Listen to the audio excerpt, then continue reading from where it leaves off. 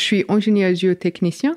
Je travaille pour une entreprise qui s'appelle Sweco et on s'occupe de la maîtrise d'œuvre pour la ligne 17 du métro Grand Paris. C'est prévu pour une ouverture en 2030, donc c'est en cours de construction en ce moment.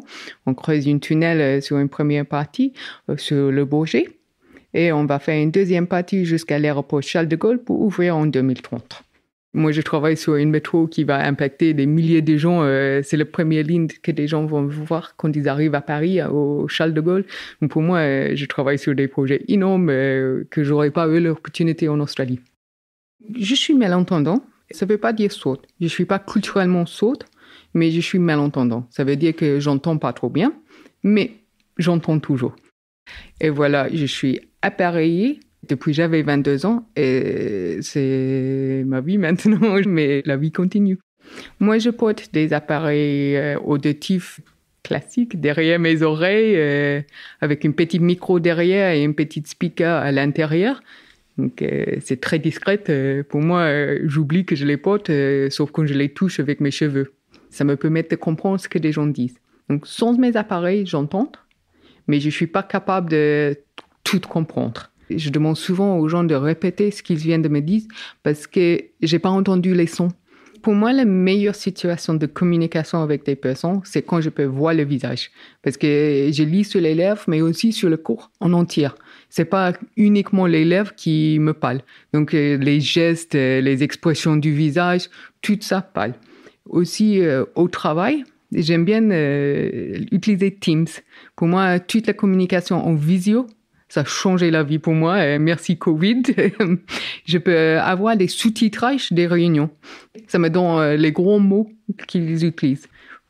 Pendant le Covid, quand tout le monde portait un masque, c'était presque impossible pour moi de lire sur les lèvres. Donc, ça a coupé la moitié de ma possibilité de communiquer avec des gens. Le fait d'être malentendant, j'ai eu des mauvais moments. J'ai eu des réflexions sur mon travail et ma capacité de travailler. J'ai eu des personnes qui ont suggéré que je pourrais pas faire ma poste parce que j'entends pas bien.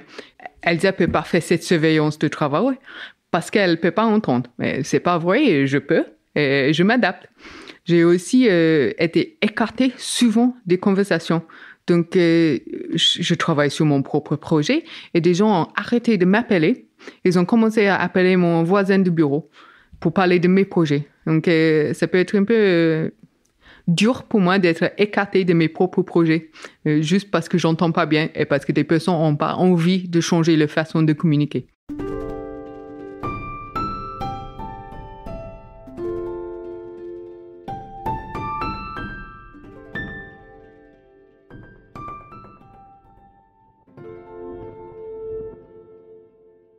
Moi, je suis ingénieur géotechnicien, donc je m'occupe de tout ce qui est études de sol, calcul des stabilités des ouvrages de soutènement, des fondations et tout ce qui est souterrain lié au sol. Je suis avec Sweco depuis 1 an maintenant. Et pour moi, depuis le début, je suis très ouverte pour dire j'entends pas bien. Parce que si je fais pas ça, c'est impossible d'avoir un bon système de communication et ça me met pas en valeur. Si je dis depuis le début, j'entends pas bien, des gens sont très consciencieux. Ils s'adaptent bien et ils me laissent pas un message vocal sur mon messagerie, mais ils m'envoient un texto, par exemple. Donc pour moi, depuis j'ai dit, j'entends pas bien, je suis malentendant. J'aimerais qu'on fait des mails, qu'on fait des textos, qu'on fait des réunions visio sur Teams. Chez Sweco, on est en open space. Pour quelqu'un malentendant, c'est un peu un cauchemar. Quand on est en open space, on a toujours envie de chuchoter parce qu'on ne veut pas déranger les autres. Mais pour moi, si des gens chuchotent, je ne comprends rien. Parce que pour moi, j'ai vraiment besoin de l'articulation normale. Et je ne comprends absolument rien. Je dis « hello », il faut parler un peu plus fort. Parle-moi normalement. Quand je suis sur chantier, il y a beaucoup de bruit. Et ça, c'est une situation difficile pour moi pour comprendre. Je suis très ouverte depuis le début avec des personnes et j'ai dit, j'entends pas bien. Il faut qu'on parle en face. Il faut qu'on arrête les machines avant de parler. Ça peut être aussi compliqué pour moi pour les protections auditives. Normalement, on arrive dans une entreprise et donne des bouchons et dit elle est sur chantier. Avec mes appareils, je peux pas porter des bouchons et je peux pas porter n'importe quel casque de protection non plus. Donc pour moi, il faut un casque qui empêche pas mes appareils de marcher. Donc si c'est quelque chose qui est trop proche à mes appareils, ça fait un sifflement. Donc pour moi, il faut un bon casque de protection. C'est important de faire comprendre ce dont j'ai besoin.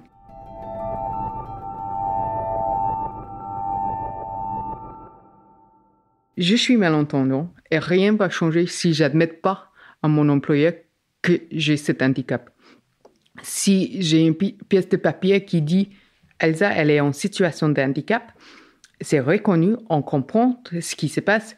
Il faut des aménagements pour l'aider à travailler comme tous les autres. Je pense chez la RQTH depuis 2017. RQTH, c'est la reconnaissance des travailleurs en situation d'handicap. Depuis que j'ai commencé à l'entreprise, ils m'ont demandé quels sont les aménagements dont j'ai besoin pour être à l'aise dans l'entreprise. Moi, j'avais 2 critères pour le bureau qui sont importants pour moi. On travaille en open space, donc moi, je ne veux pas être au centre de l'open space.